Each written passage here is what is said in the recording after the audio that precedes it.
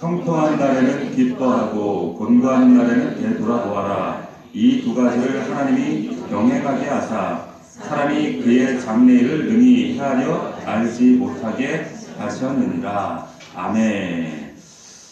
자, 섭리. 오늘 말씀의 제목은 섭리. 이와 같은 제목으로 하나님 말씀 함께 은혜를 나누도록 하겠습니다. 오늘 추수감사주일인데 웬 섭리인가? 연관이 있어요. 섭리라고 하는 의미가 뭔가 이 라틴어로 그 프로덴시아라고 하는 그런 말인데요. 이 의미는 사전적 의미를 보면 피조물이 계속 존재할 수 있도록, 그리고 살아갈 수 있도록, 그리고 건강하게 행동하면서 그 조물주의 뜻에 따라 살아갈 수 있도록, 그리고 궁극적으로는 그 조물주의 구원의 목표가 있어요. 여러분들이 하나님이 원하시는 궁극적인 자리가 있어요. 그 자리까지 하나님이 이끌어가기를 원하시는데, 이끌어가기 위해서 필요한 것이 바로 섭리라고 하는 거예요. 그것이 하나님의 보살핌이다. 우리가 이것을 섭리라고 얘기합니다.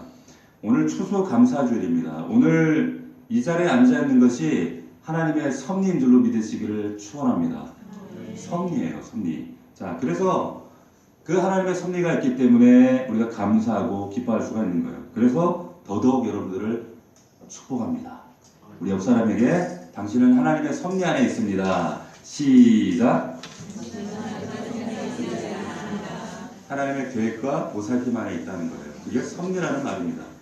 오늘 추수감사절을 우리가 지키고 있습니다. 이 추수감사절은 원래 우리가 익히 들었던 이야기로는 신앙의 자유를 찾아서 떠났던 퓨리탄들, 미국의 청교도인들, 1621년에 배를 타고 그 망망배를 건너서 미국의 폴리머스라고 하는 곳에 도착해서 이 청교도들이 얼마나 막막했겠어요. 아무것도 없는 그 땅에서 굶주림과 질병, 온갖 어려움들을 다 극복하고 첫 번째 수확, 그 추수를 하나님께 올려드리면서 감사했던 절기 추수감사절입니다. 그런데 이것이 우리나라의 선교사님들을 통해서, 미국인 선교사님들을 통해서 우리도 그런 추수감사절의 아름다운 전통을 지키자 해서 지켜진 것을 우리가 알고 있지만, 사실은 미국에서 추수감사절날 칠면조를 먹고 감사절 파티라고 그것과는 조금 다릅니다. 우리 선교사님 가운데 곽알련 선교사라고 하는 이분이 외국분이에요. 이 선교사님이 장로교회사 그 휘집이라고 하는 그 책에 한국교회 감사절에 관해서 뭐라고 말씀하시는가 하면, 1904년도에 그 한국인 서경조 장로님이라는 분이 계셨어요. 이 장로님에 의해서 처음 이 감사절을 우리나라에서도 이 감사절을 올려드리자. 그런데 미국의 청교도들이, 미국인들이 했던 추수감사절과 무엇이 다른가? 이 청교도들이 했던 추수감사절은 1년의 소출과 추수한 것, 이 농사지었던 것, 이걸 가지고 하나님께 나아가면서 감사한 거라면, 우리 선조들이 드렸던 이 감사절은 그것이 아니라, 소출을 가지고 감사했던 것이 아니라 우리 구원받은 은혜에 감사하자라고 해서 드려진 것이 이 감사절의 출발이었습니다. 그러니까 더 넓은 의미의 광범위한 보편적인 신앙에 감사했다는 거죠. 그때 당시 명칭도 그래서 추수감사절이 아니라 그냥 감사절이었어요. 그냥 감사절이었습니다. 그리고 이 감사절을 올려드리면서 그때 당시에 흉년이 잦았잖아요. 이 감사절을 통해서 모여진 그 헌금을 가지고 구제 헌금, 우리보다 못하고 연약하고 어려운 이웃들에게 우리가 함께 이 은혜를 나누자라고 하는 의미에서 이 감사절을 지켰습니다. 그러니까 미국의 청교도들이 드렸던 것과는 좀 다르죠.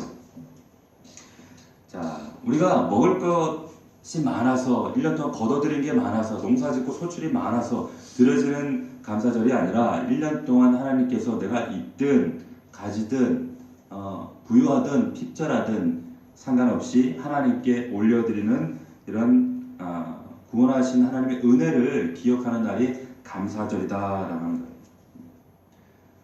올 한 해를 여러분들이 결산하시면서 한 해 동안 얼마나 많은 감사의 제목을 주셨어요. 동시에 우리가 또 기억해야 될 것은 나보다 지금 어렵고 힘든 사람들이 많이 있을 텐데 우리가 다시 한번 이웃들을 돌아볼 수 있는 그런 저와 여러분들이 되기를 주의 이름으로 축원합니다. 자, 이런 의미에서 감사절을 맞이해서 오늘 본문의 말씀이 아주 의미 있는 말씀이다, 이런 생각이 들어집니다. 제가 다시 한번 읽어보겠습니다. 잘 들어보세요. 형통한 날에는 기뻐하고 곤고한 날에는 되돌아보아라. 이 두 가지를 하나님이 병행하게 하사 사람이 그의 장래일을 능히 헤아려 알지 못하게 하셨느니라. 자, 우리 인생 가운데 두 가지가 있다고 말씀해요. 뭐냐? 형통한 날이 있고 곤고한 날이 있다는 거예요. 좋은 날만 있는 게 아니에요. 좋은 날도 있고 안 좋은 날도 있어요. 산이 있고 골짜기도 있다는 거예요. 우리 인생에 이런 굴곡진 삶인데 하나님께서 이러한 인생을 의도적으로 계획하셨다는 겁니다. 하나님께 하셨다는 거예요. 창세기 8장 22절에 보면 참 의미 있는 말씀이 있습니다. 우리 한번 찾아볼까요? 이럴 때는 또 언제 한번 찾아보겠어요, 그죠? 창세기 8장 22절 한번 찾아봅시다. 창세기는 성경 맨 앞에 있죠? 신약 가서 찾으시면 안 돼요. 자, 창세기 8장 22절 말씀을 우리가 함께 오늘 본문의 말씀과 연관해서 한번 우리가 깊이 상고하는 마음으로 읽습니다. 시작! 땅이 있을 동안에는 신음과 거둠과 추위와 더위와 여름과 겨울과 낮과 밤이 쉬지 아니하리라. 자, 하나님께서 왜 이 말씀을 하셨는가? 이 말씀을 주신 때가 노아 홍수가 있은 후에 주신 말씀이에요. 노아 홍수를 마치고 나서 하나님이 무지개를 하늘에 딱 펼치시고 그리고 인간들과 약속하시죠. 내가 절대로 앞으로는 물로 너희들을 심판하지 않을 거야. 다시는 홍수를 나지 않을 거야. 하나님께서 이 하나의 약속의 선언을 하셨어요. 그런데 그와 동시에 그것만 말씀하신 것이 아니라 너희가 이 땅에 살아가는 동안 추위가 있고 더위가 있고 여름이 있고 겨울이 있고 낮과 밤이 있고 심으면 거둠이 있고 이런 굴곡이 있어. 형통하면 곤고함도 있어. 그게 인생이야. 앞으로 그렇게 할 거야. 말씀하셨어요. 자, 이 두 가지가 다릅니다. 하나님께서 홍수가 없을 거야 말씀하셨으면 밤이 없어야 돼요. 낮만 있어야죠. 겨울이 없어야 돼요. 여름만 있어야 돼요. 거두는 것만 있어야죠. 그런데 하나님이 분명히 인생에 이런 굴곡을 주셨다는 겁니다. 하나님의 선하신 약속이 이 무지개의 약속이 있지만 그렇지만 형통한 날과 곤고한 날을 하나님은 분명하게 예고하시고 약속하셨어요. 그런 인생 가운데 걸어가는 것이 저와 여러분 인간의 삶이라고 하는 겁니다. 제가 올해 그 책 가운데 참 인상 깊었던 책 중에 책이 하나 있어요. 그 책이 제목이 뭐냐면 그 제목이 약간 호러를 해요. 제목이 이래요. 엄마는 내가 죽었으면 좋겠다고 말했다. 좀 무섭지 않아요? 이게 호러 소설, 공포 소설이 아니에요. 이 원래 책 제목은 고스트보이입니다. 고스트보이인데 이 우리나라에 들어오면서 상술이죠. 이 책 가운데 나오는 이야기인데 이 제목을 좀 자극적으로 사람들의 관심을 끌어서 책을 잘 팔게 하려고. 근데 진짜 책이 잘 팔렸어요. 엄마는 내가 죽었으면 좋겠다고 말했다. 마틴 피스토리우스라고 하는 남아프리카 공화국에 사는 사람이에요. 젊은 사람인데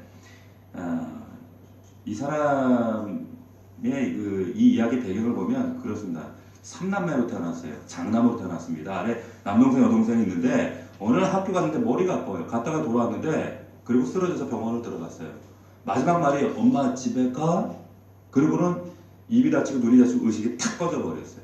꺼진 상태로 4년이 지나갔습니다. 식물인간이 된 거죠.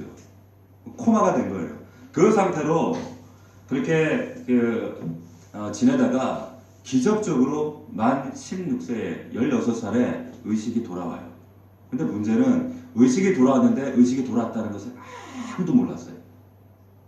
그 이후로 16살부터 이후 9년 동안 의식이 돌아왔음에도 가족도 의사도 아무도 눈치채지 못하고 그런 감옥 같은 생활을 9년간 지속을 해옵니다. 한번 생각해 보세요. 분명히 살아는 있는데 그런데 모든 육체의 신경은 딱 꺼지고 눈도 움직이지 않아요. 그런데 소리도 들려요. 근데 그 산 감옥 아닙니까? 그 안에 갇혀서 9년간을 살았다고 생각해 보세요. 얼마나 끔찍스럽습니까? 그런 갇혀서 사는 그 시간들 동안 그 책 중에 보면 이런 마틴이 쓴 그 책에 내용이 있는데 한번 들어보십시오. 내가 결코 잊지 못할 장면이 있다. 아빠가 나가버리자 홀로 남은 엄마가 바닥에 털썩 주저앉아 울었던 것이다. 엄마는 손을 부르짖은 채 이때 아빠랑 이혼을 하게 돼요. 이혼을 합니다. 엄마는 손을 부르짖은 채 흐느끼고 있었다. 나는 엄마의 가슴 속에서 날 것으로 흘러나온 슬픔을 느꼈다. 엄마는 너무나 외롭고 혼란스럽고 절망적으로 보였다. 나는 엄마를 위로하고 싶었다. 자리에서 일어나 이렇게 크나큰 고통을 초래한 육신의 껍데기를 벗어나고 싶었다. 엄마가 고개를 들어 나를 들여다보았다. 눈에는 눈물이 가득 차 있었다. 엄마는 모르죠. 이 아이가 지금 깨어나 있다는 걸. 그런데 이 아이는 아는 거예요. 근데 그 아이를 쳐다보면서 엄마가 뭐라고 하는가 하면 네가 죽었으면 좋겠어. 엄마가 나를 천천히 보며 다시 얘기했다. 네가 죽어야 해. 엄마가 그렇게 말한 순간 온 세상이 아득하게 느껴졌다. 나는 엄마가 고요한 방 안에 나를 남겨두고 나가는 모습을 멍하니 지켜보았다. 그날 엄마가 바라는 대로 해주고 싶었다. 참 이 부분이 너무 마음이 아픈 거예요. 도무지 견딜 수가 없는 말을 듣고 있자니 이제 그만 삶을 내려놓고 싶었다. 시간이 흐르면서 나는 점차 엄마의 절망을 이해하게 되었다.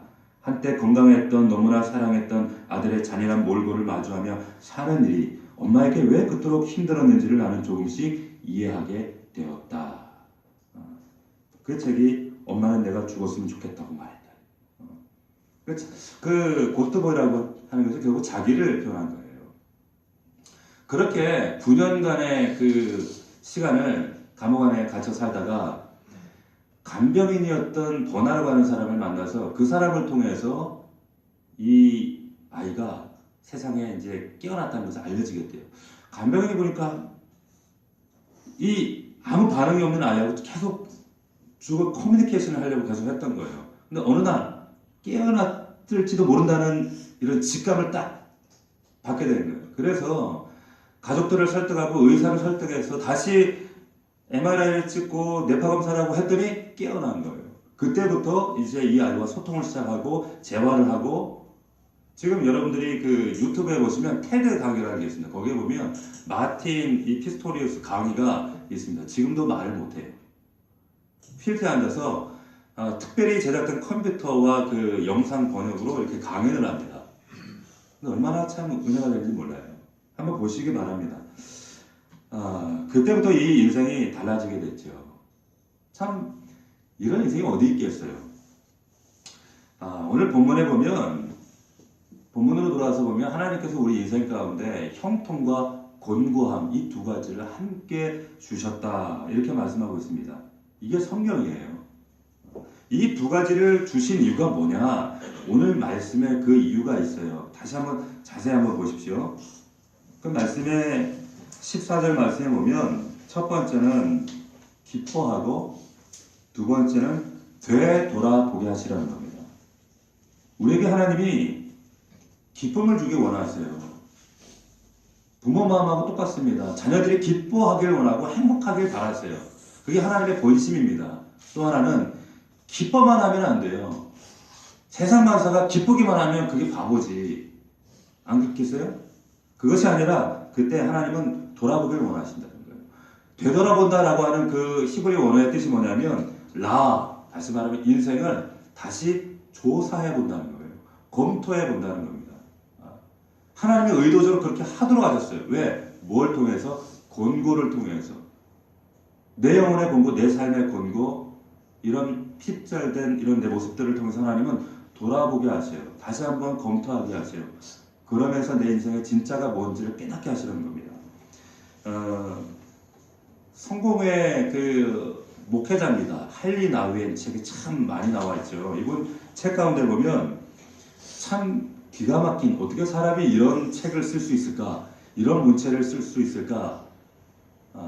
어떻게 이런 고민을 했을까라는 그런 놀라운 책들이 참 많이 있습니다. 이분이 세상적으로 남부럽지 않을 만큼 참 많이 배웠고, 이번에 예일대 나오고 하버드 나오고 세계적으로 강연을 다니면서 아주 남부럽지 않은 그런 인생을 살았던 사람입니다. 그런데 어느 날 갑자기 모든 걸 딱 청산하고 장애인 공동체로 그냥 들어가 버려요. 그때 그분이 뭐라고 하셨냐면, 나는 그때 영적으로 파산 상태였다, 그런 얘기를 하세요. 그때 그분이 영적으로 심하게 몸살을 앓으면서 지었던 책이 춤추시는 하나님. 춤추시는 하나님. My morning to dancing. 하나님이 춤을 추신다. 이게 무슨 의미인가 하면, 그 책에서 이런 얘기를 해요. 인생은 현실의 고통과 아픔을 제거함으로 인해서 행복해지는 것이 아니라 오히려 고통을 받아들이고 어둠과 함께 춤을 출 수 있을 때. 근데 이것이 가능해지는 이유는 어떻게 가능해지는가? 인간이 고난을 통해서 하나님의 안경을 끼고 해석이 가능해질 때, 그래서 하나님의 해석을 배우게 될 때 춤을 추게 된다는 거예요. 참 독특하죠? 인생이 피곤할 때, 마음에 결핍이 있을 때 하나님은 되돌아 이렇게 말씀하세요. 되돌아볼 때 중요한 것이 있습니다. 그냥 보면 안 돼요. 주관적으로 바라보는 것이 아니라 객관적으로 하나님의 눈으로 바라봐야 돼요. 그래야 내 자신을 알아요. 내가 왜 사는지를 압니다. 이때 필요한 것이 하나님이 주신 안경인데, 그래야 해석이 가능해지기 때문에 그렇습니다. 자, 그렇게 살았던 성경의 인물이 아브라함이라고 하는 사람이 있었습니다. 아브라함은 인생의 궤도를 크게 2번 수정했어요. 잘 아시는 대로 첫 번째, 그 바벨론이라고 하는 그 땅에 정말 대도시였던 갈대아 우루, 오늘날 어디예요? 이라크 땅입니다. 바벨론 메소포타미아 문명, 당시에 세계적으로 가장 문화와 문명과 부유했던 그 땅, 그 한 가운데 살고 있던 하나님의 하자도 몰랐던 아브라함을 하나님이 어느 날 불러요. 남부럽지 않은데 괜히 불러요. 그렇게 부르셨어요. 우리를 그렇게 부르신다는 거예요. 자, 그래서 뭐라고 하시는가 하면, 야, 너 살던 그 본토 친척 아비집을 다 버리고 떠나. 분리를 시키세요. 그래서 궤도를 수정하게 하십니다. 2번째 하나님 부르세요. 그로부터 수십 년이 지났어요. 이제 하나님께서 그렇게 자기가 소원했던 아들, 100세의 아들을 얻고 이제 형통하게 편안하게 좀 남부럽지 않게 살아가고 있었어요. 근데 어느 날, 야, 너 그 귀한 아들 모리아 산에 가서 바쳐. 인신제사에. 이게 무슨 말도 안 되는 소리를 하시는 거예요, 지금. 때로 하나님은 우리에게 믿음을 설명하시기 위해서 말도 안 되는 요구들을 하실 때가 있어요. 인생 노년에 100세가 돼서 그렇게 고대해서 낳은 아들, 형통해서 얼마나 이제 하나님 그 안에서 형통하고 기뻐했지요. 그런데 어느 날 갑자기 모리아산 가서 네 아들 바쳐. 아브라함에게는 이 모리아산이 지금 곤고함이에요. 말도 안 되는 사건이죠. 창세기 22장 2절 말씀입니다. 여호와께서 이르시되 내 아들 내 사랑하는 독자 이삭을 데리고 모리아 땅으로 가서 내가 내게 일러준 한 산 거기서 그를 번제로 드려라. 번제가 뭔지 아시죠? 사람을 칼로 자르고 피를 빼고 내장을 끄집어내고 태우는 거예요. 하나님이 갑자기 사람 고기가 잡수고 싶으셨나? 왜 그랬을까요? 아니, 납득이 됩니까? 이게 상식적으로? 이성적으로 이게 상식이 통하는 얘기예요? 줄 때는 언제고 왜 또 잊어서 아들을 다시 뺏어가요? 그것도 인신제사. 우상 땅에서 우상 이방인들이 하는 그 인신제사, 당시 그 근동지방에 있었던 그 인신제사를 그렇게 하나님이 증오하셨으면서 왜 갑자기 이런 말씀을 하십니까? 이런 하나님하고 아브라함이 어떻게 상대하겠습니까? 하나님이 이런 하나님이었어? 무슨 이런 하나님이 다 있어 이거? 내가 이거 괜히 그 갈대아를 떠났네? 얼마든지 모리아산 안 가고 되돌아올 수 있어요. 되돌아갑니다. 자, 그런데 하나님께서 지금 이 작업을 하시는 거예요. 우리가 하나님의 복을 받기 위해서 첫 번째 필요한 게 뭐냐? 이렇게 내 눈앞에 해석되어지는 하나님과 환경과 이런 곤고함들을 해석할 수 있는 새로운 안경을 받는 거예요. 하나님 그 안경을 주고 싶으셨던 겁니다. 우리 눈을 이걸 보지 못하게 하는 우리 눈에 장애물들이 있습니다. 장애물들이 있어요. 죽어도 내가 물러설 수 없고 모든 것은 다 양보해도 내가 세상 살아가면서 이것만큼은 내어놓을 수 없는, 이상만큼은 하나밖에 없는 독자인데 이것만큼은 하나님 당신 앞에 드릴 수 없습니다 라고 하는 그거, 내 인생에 마지노선이 있어요. 마지노선. 하나님, 신앙은 신앙이고 마지노선은 마지노선입니다. 자존심이 그렇고 명예가 그렇고 내 체면이 그렇고 내 생각이 그렇고 내 재산이 그렇고 내 아파트가 그렇고 내 땅이 그렇고 내 돈이 그렇고 내 물질관이 그렇고 내 생각들, 아브라함에게 가장 번뇌케 했던 그거, 내 아들 내 사랑하는 독자, 그걸 바쳐 라고 하시는 거예요. 그런데 이게 내 눈을 가리고 내 마음을 가리고 그리고 내 마음을 닫게 하는 겁니다. 하나님은 지금 그것들을 내려놓으라. 그리고 그게 네 인생의 모리아산이다. 곤고함이다. 그러나 그것을 극복해야 된다 말씀하세요. 내려놔라. 어떤 교회에 기도를 너무 열심히 하시고 신앙생활을 너무 잘하시는 장로님이 계셨어요. 이 장로님이 고민이 있습니다. 신앙생활을 열심히 잘하고 기도도 참 많이 하시는데 이분이 담배를 못 끊어요. 근데 참 희한하게 기도를 열심히 하고 나면 기도하다가 꼭 담배 생각이 나는 거예요. 너무 이분이 고민하다가 담임 목사님을 찾아갔습니다. 뭐라고 했냐면, 목사님, 제가 몰래 담배 피면서 이렇게 장로까지 됐는데 목사님, 담배가 안 끊어져요. 목사님, 그런데 거의 기도하고 나면 이게 담배가 땡겨요. 그러면서 목사님, 기도하다가 답답하면 담배 한 대 펴도 되나요?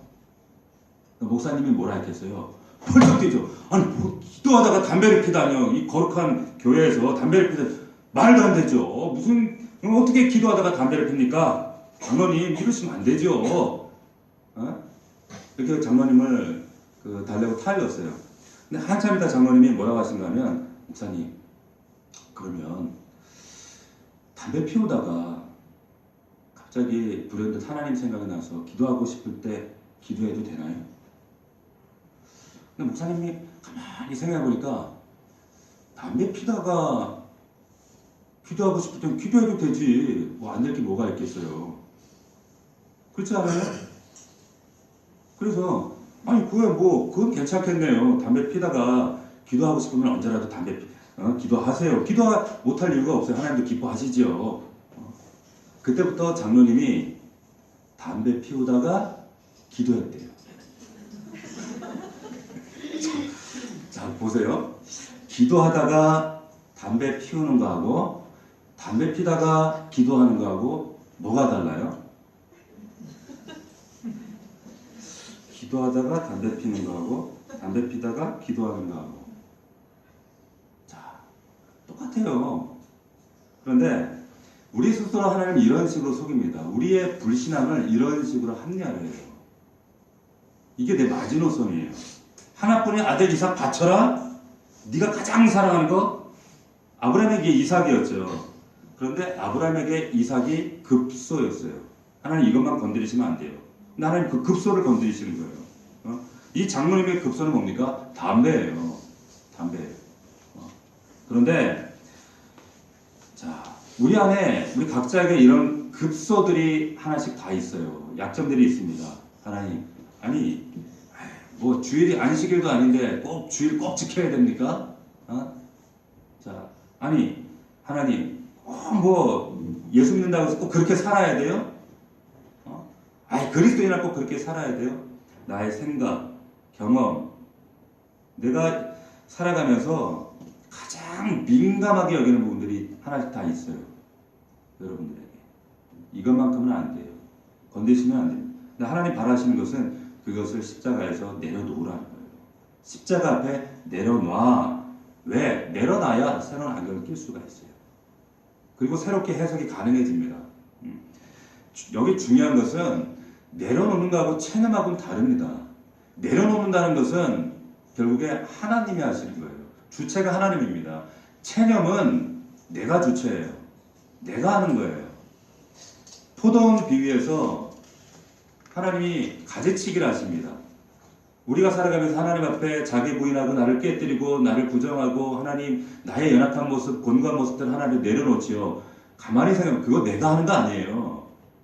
가지치기는 농부가 하는 겁니다. 농부가 누구세요? 하나님이세요. 여전히 내가 하려고 하니까 이 모든 것이 율법처럼 느껴지는 거예요. 부자유예요. 하나님은 우리 가지치기 하세요. 나의 성격에 모난 거, 승질 더러운 거, 혈기 많은 거, 거짓말하는 거, 맨날 게으른 거 이런 것들을 내가 하는 것이 아니라 하나님 앞에 말씀 앞에 붙어 있으면 하나님께서 다듬어 가세요. 자, 하나님께 맡김과 자포자기 결과가 다른 거 얼마나 다릅니까? 당연히 다르죠. 오늘 말씀에 형통과 곤고함을 하나님께 병행하게 하신다는 거예요. 왜? 되돌아보시도록. 그냥 보지 말라는 거예요. 나의 급소를 내려놓고 나의 연약함을 내려놓고 이제 새로운 안경을 끼고 바라보라는 거예요. 새로운 시야로 보라는 거예요. 새롭게 해석하라는 거예요. 그래야지 내 인생 남들처럼 이렇게 열심히 달리고 열심히 대학 가고 열심히 공부하고 열심히 취업하고 열심히 결혼하고 애 낳고 그러다가 나이가 들었네? 병 들었네? 죽었네? 끝! 이런 인생이 아니라는 거예요. 우리의 인생은 하나님이 여러분들에게 분명히 의도하신 계획이 있더라고 하는 겁니다. 자, 그 다음으로 필요한 게 뭡니까? 형통과 권고를 누가 주셨어요? 오늘 말씀에 다시 한번 자세히 보세요. 14절 말씀. 형통한 날에 기뻐하고 곤고한 날에는 되돌아보아라.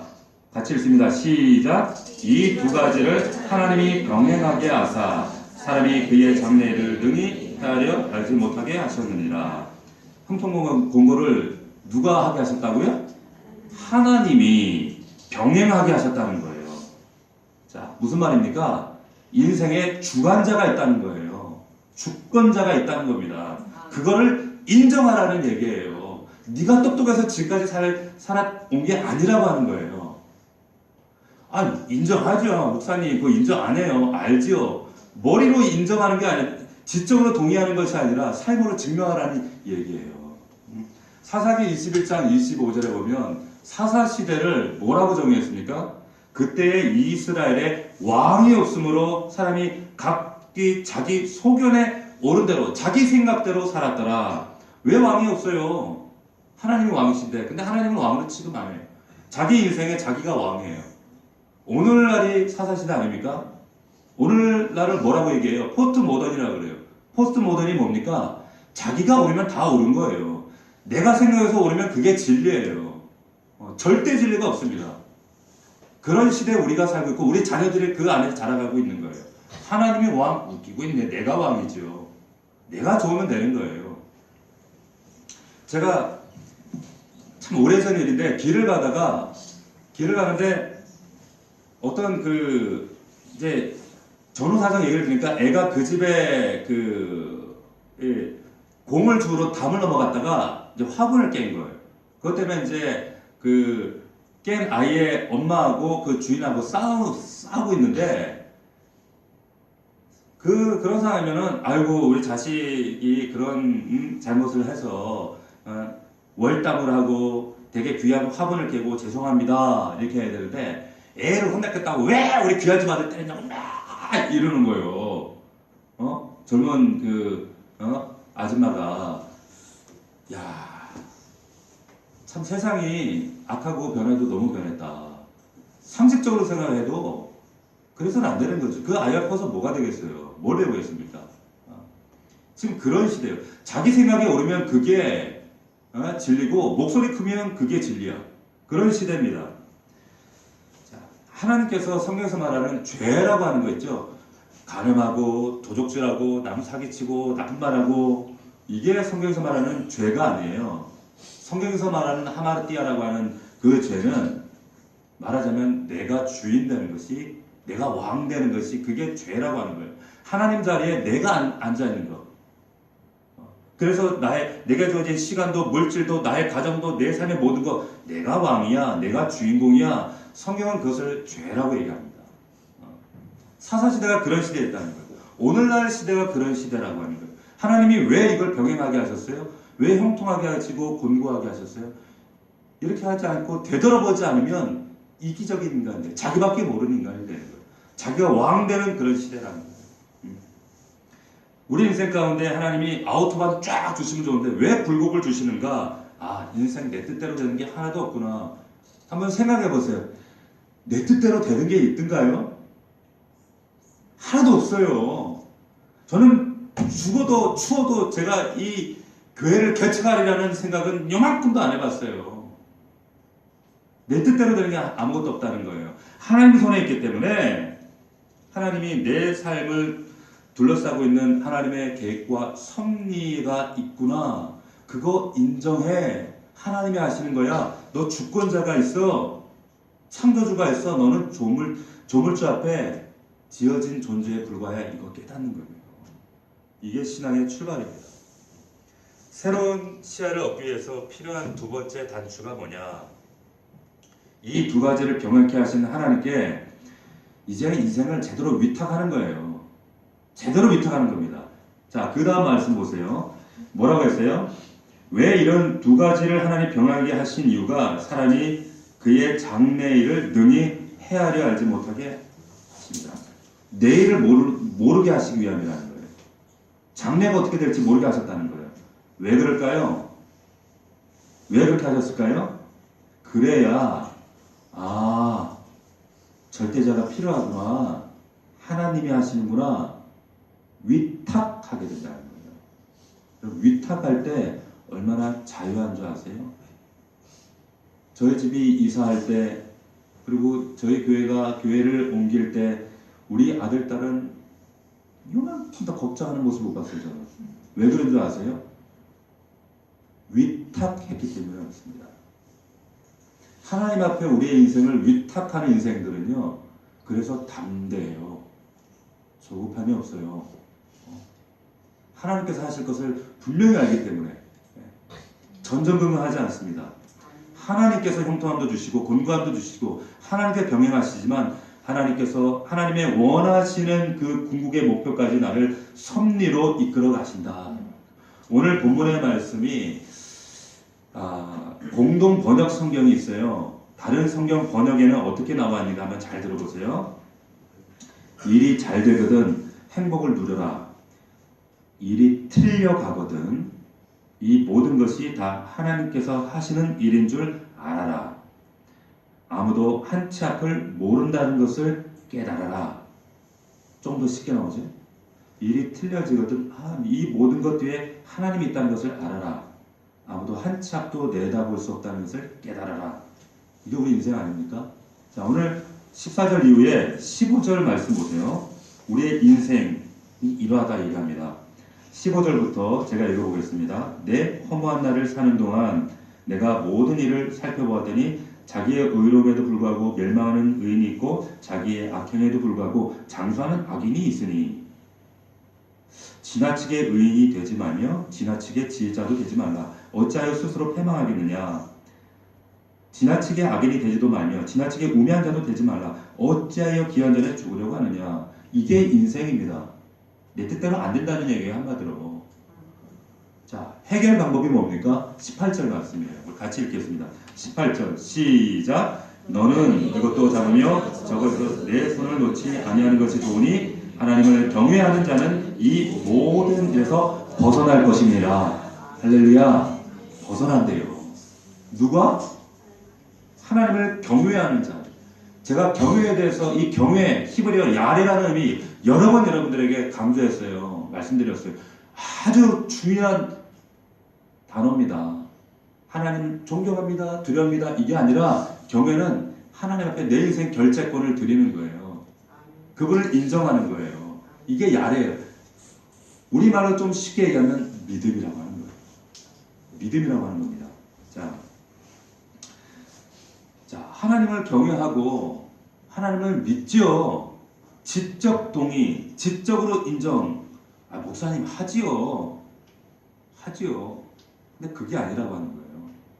그런 의미가 아니라 그분을 내 안에 모시는 거예요. 인격적인 관계입니다.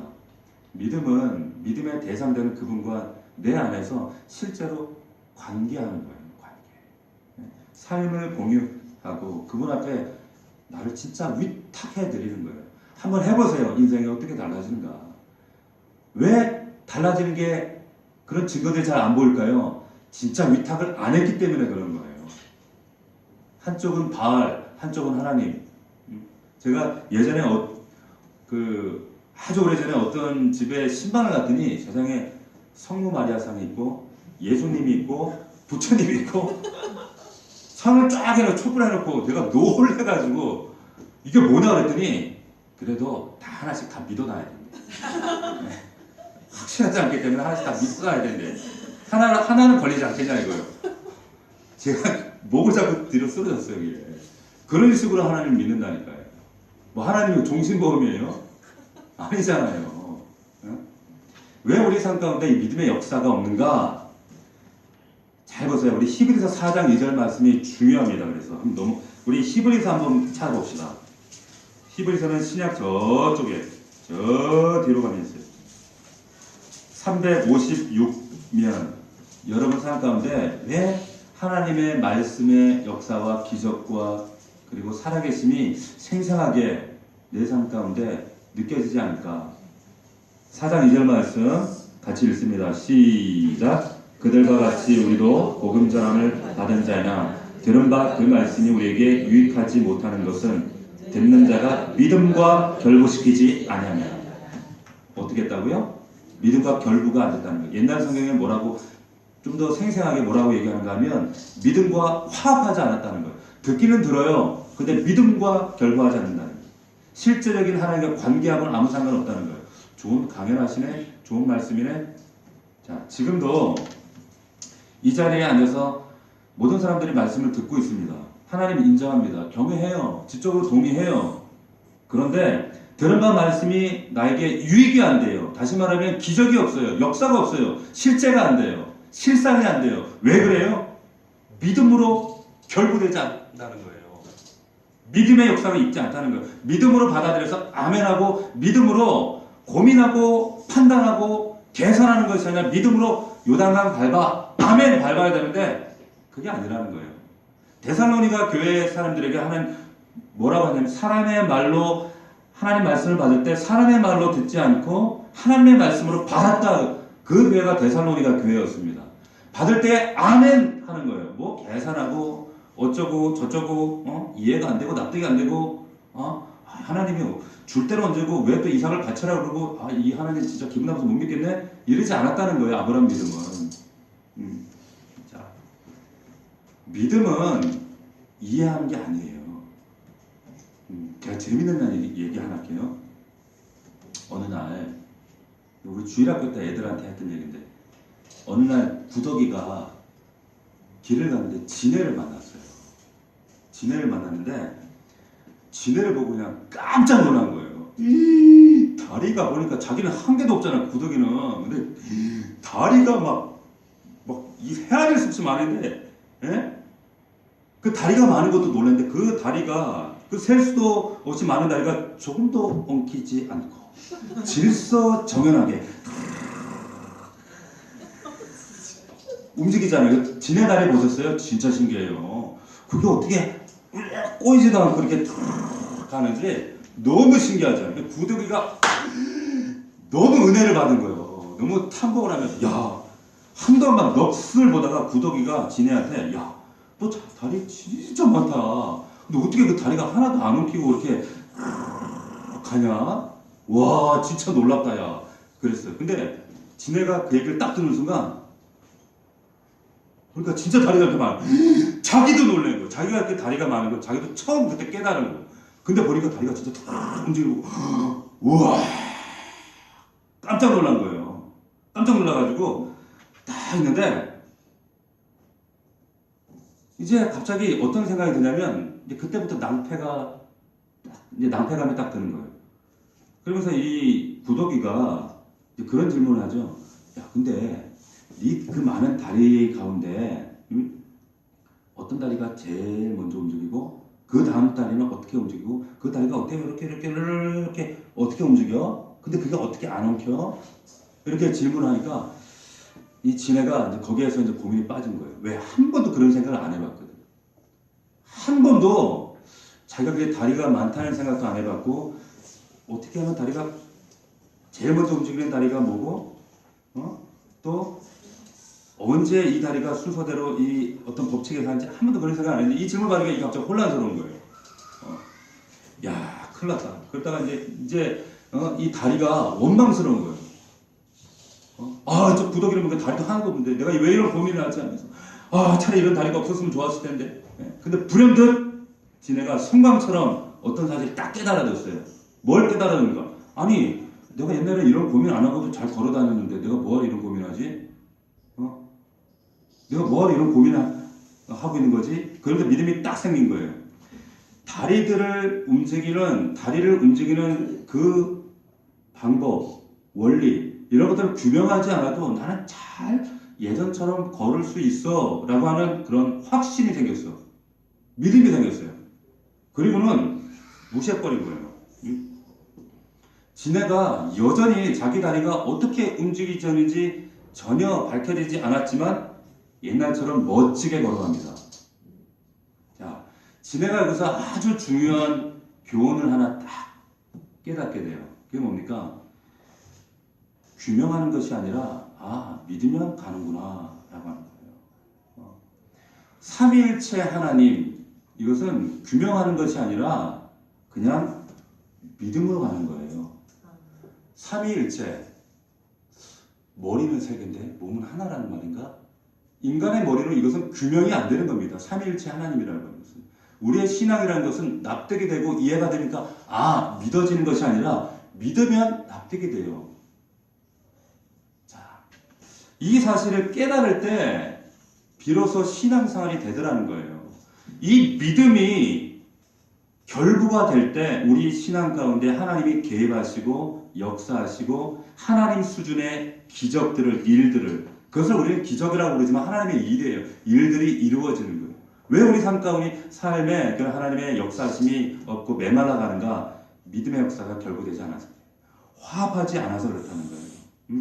마귀는 마지막 때에 끊임없이 하나님의 말씀이 선포되어지고 전해져도 끊임없이 말씀이 결부되지 못하도록, 믿음과 결부되지 못하도록 합니다. 어떤 사람은 말씀 들어도 호기심으로 듣고, 어떤 사람은 속으로 비판하면서 듣고, 어떤 사람은 그냥 무감각하게 가면으로 듣고, 전혀 상관없는 거예요. 자, 말씀 정리하겠습니다. 오늘 추수감사절입니다. 한 해 동안 우리가 감사만 있었습니까? 감사하지 않은 일도 많았지요. 형통할 때도 있었고 곤고할 때도 많았어요. 굴곡 없는 인생이 어디 있습니까? 필요한 게 뭡니까? 이 피곤하고 참 살아가기 녹록하지 않은 이런 우리 인생 가운데 그럼에도 불구하고 이 인생을 주관하는 주권자가 있구나. 그 하나님을 정말 오늘 말씀을 통해서 다시 한번 인정할 수 있는, 고백할 수 있는 저와 여러분들이 되기를 주의 이름으로 축원합니다. 감사할 것만 있다고 해서 우리가 감사절을 보내는 게 아니에요. 하나님 우리 인생 가운데 반드시 형통함과 곤고함을 주세요. 중요한 것은 주권자 되신 하나님을 붙드는 거예요. 그 섭리 안에서 하나님의 의도하신 궁극의 목표까지 가야 합니다. 하나님 그렇게 하세요. 목사의 마음은 여러분들이 그 목표까지 무사히 은혜롭게 빨리 갔으면 좋겠어요. 도달했으면 좋겠어요. 여러분 인생 그 하나님을 믿음으로 경외함으로 바라보시면서 자꾸 계산하지 마세요. 하나님 앞에서. 규명하는 것이 아니라 믿음으로 내딛는 거예요. 그럴 때 요단강이 갈라집니다. 여러분들이 오늘 말씀을 다시 한번 기억했으면 좋겠습니다. 우리 7장 14절 다시 한번 말씀을 우리 읽고 마칩시다. 같이 읽겠습니다. 시작. 형통한 날에는 기뻐하고 곤고한 날에는 되돌아보아라. 이 두 가지를 하나님이 병행하게 하사 사람이 그의 장래를 능히 헤아려 알지 못하게 하셨느니라. 아멘. 그 하나님이 우리 아버지입니다. 오늘 우리 같이 찬양하고 함께 하나님께 우리 기도했으면 좋겠어요. 내 영혼 지치고 피곤할 때에 참 사는 게 만만하지 않습니다.